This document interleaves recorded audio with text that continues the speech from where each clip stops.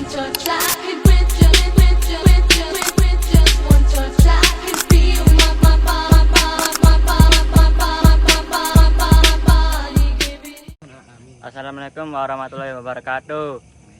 Di hiji lembur deket Cirebon aya hiji keluarga basajan murahena hirup tina hasil tatahnen jeung gawe pompol. Urang kudu sabar sanajan kayaan hese.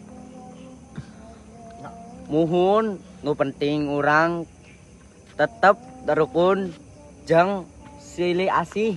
Bu, abdi lapar. Sabar nak.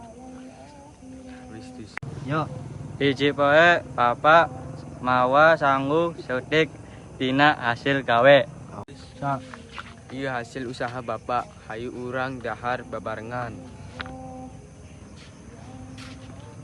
Ngan sakieu teu cakap. Abi hoyong leuwih. Tong gitu kakolot kudu hormat.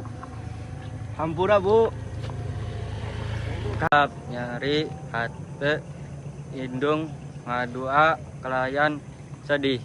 Gusti abdi pasrah mugi aya pengajaran keur anak abdi. Alhamdulillah, naon ieu kejadian? Berenang manis. Oke. Bu, ampunten. Abi salah. Teu kedah ngalawan ka kolot. Di hartina tempat ete disebut Watu Belah. Cerita jadi pangiling supaya urang hormat ke kolot. Ulah durhaka ka kolot.